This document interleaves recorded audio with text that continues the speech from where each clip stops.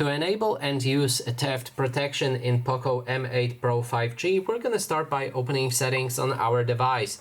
Next step is to scroll down, and here we need to find fingerprints, face data and screen lock. Navigate down until you find the privacy. When you enter it, scroll down until you find the more security settings, and here finally we'll be able to find theft protection.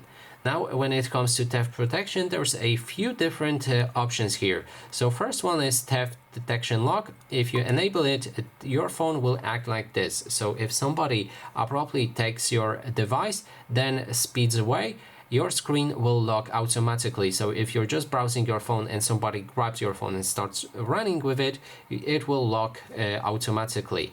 And he will need to unlock it to actually access your data. So you can activate this option if you like. Then there's the offline device lock. Your screen will lock shortly after your device goes offline to help protect your data. Now, if somebody steals your phone, they usually first thing they will do is turn off the internet and remove the SIM card.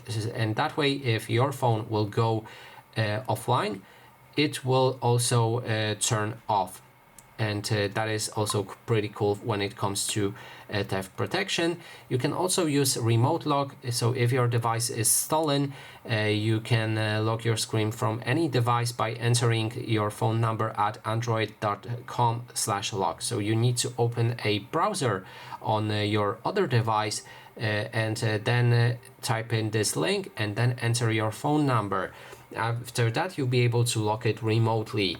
And last option is find and erase your device. You can use Find Hub for that. So if you're logged into Google account, you can click on this option and then make sure to allow device to be located right here with the Find Hub and go to the Find Hub app. That way you can see your POCO device. You can click on it and access the settings.